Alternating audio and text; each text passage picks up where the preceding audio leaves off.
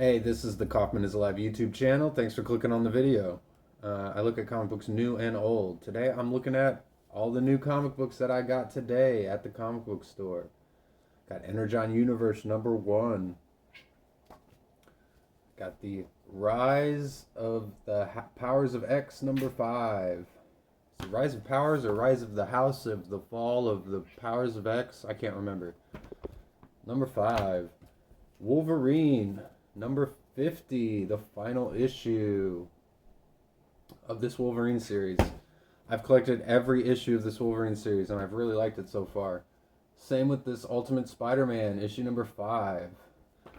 I've made some other videos on my channel with Spider-Man, this Ultimate Spider-Man by Jonathan Hickman. Check those reviews out. Also, I got King Spawn #34. And then I picked up some comics that didn't come out today, but I've been meaning to get them. I've got Ultimate X-Men #2 and #3 by Peach Momoko. I'd already picked up issue #1, which I've got right here. And they still had #2 and 3 sitting on the shelves, so I figured I should pick them up. I've now got every comic so far put out in the new Marvel Ultimate line. So Ultimate Spider-Man, Black Panther, the one-shots they've put out, and Ultimate X-Men. So we'll talk about some of these comics here. King Spawn #34. This is written by Todd McFarlane, and Jason Sean Alexander is on art, which I did not realize at the time when I bought this, but that is really cool. He is an artist on the title Philadelphia right now, which I would highly recommend you guys checking out. I first saw his work on some backup stories in Savage Dragon, and Dragon and Spawn have both guest appeared in Philadelphia. So it's cool to see Jason Sean Alexander drawing King Spawn #34 here. So I felt like this series has kind of slowed down a bit since the end of the new story arc. Or the end of the old story arc, I should say. And they've started a new story here, and they're just kind of setting everything up. Seems like Spawn doesn't have his powers. But interesting to see what they do there. Then we got the Ultimate Spider-Man #5. Like I said, I've got reviews of Ultimate Spider-Man 1 through 4 on my channel, so you should definitely go check those out. I've really liked it so far. Jonathan Hickman's the writer, Marco Cicchetto's been the artist, and David Messina is the fill-in artist here in this issue, and he was on the last issue as well.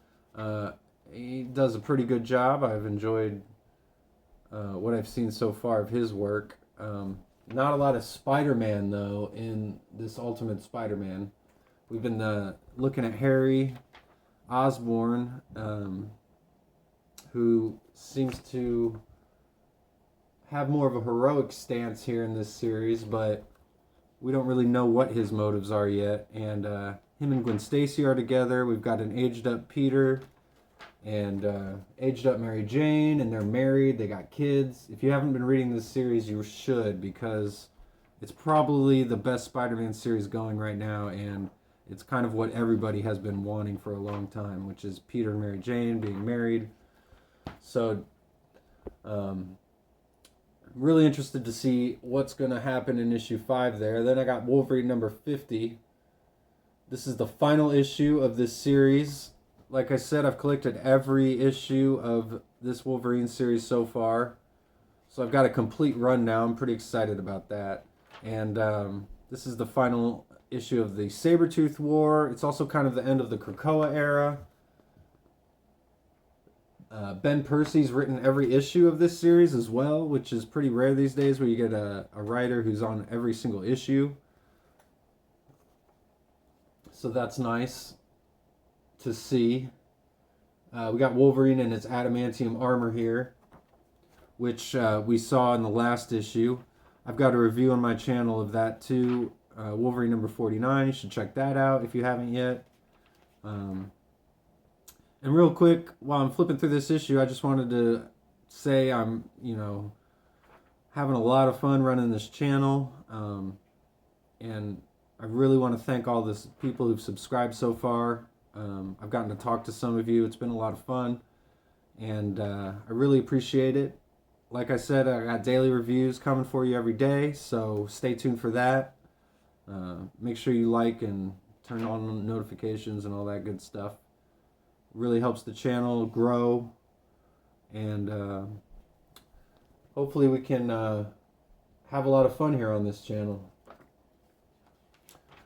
So yeah, this Wolverine number 50's got a backup story in it as well. And it's written by Larry Hama, who is a former Wolverine writer, and he is a prolific writer on G.I. Joe.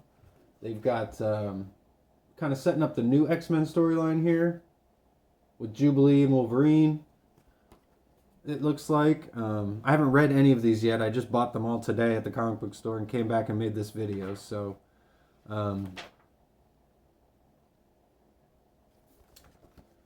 interested to read these and see what is going on here at the end of the Krakoa universe and how they're going to set up the new X-Men. So, don't know how I feel about the new X-Men.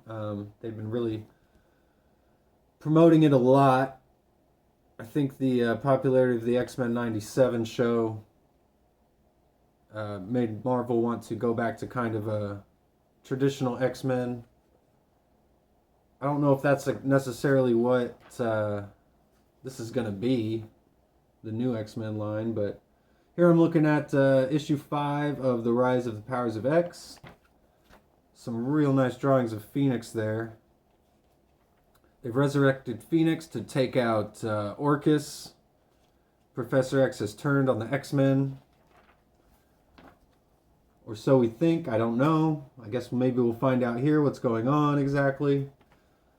Sinister's become this all-powerful entity called Enigma. He's a Dominion god.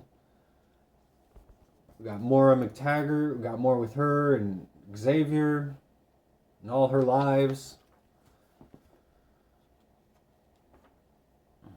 I like the art here in the X-Men. It's usually pretty solid art in every X-Men issue.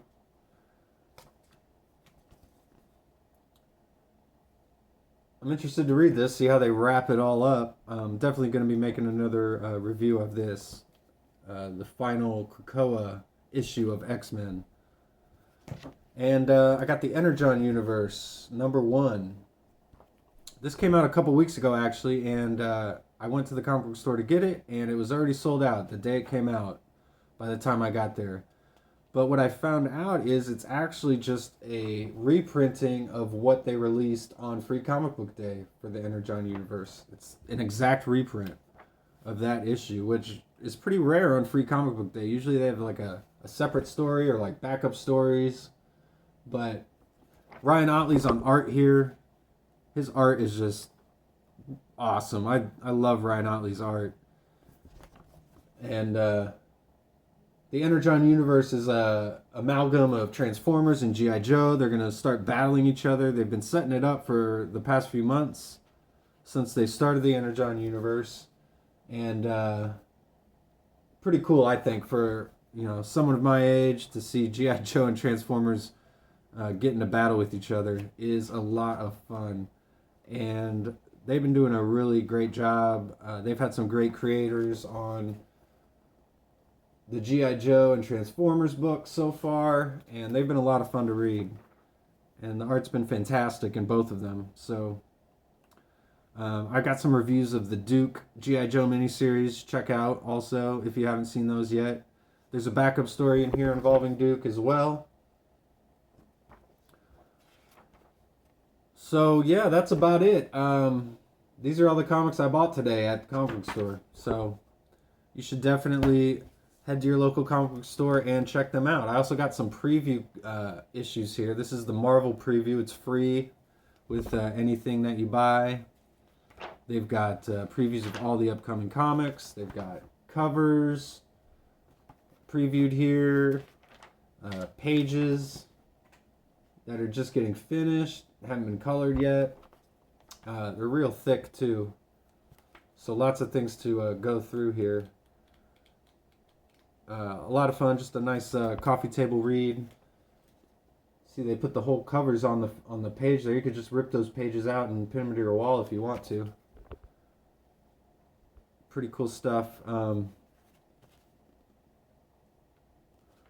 So yeah, again, I just wanted to say thanks again to all my subscribers. And if you haven't subscribed yet, go ahead, because I got daily comic book reviews coming every single day.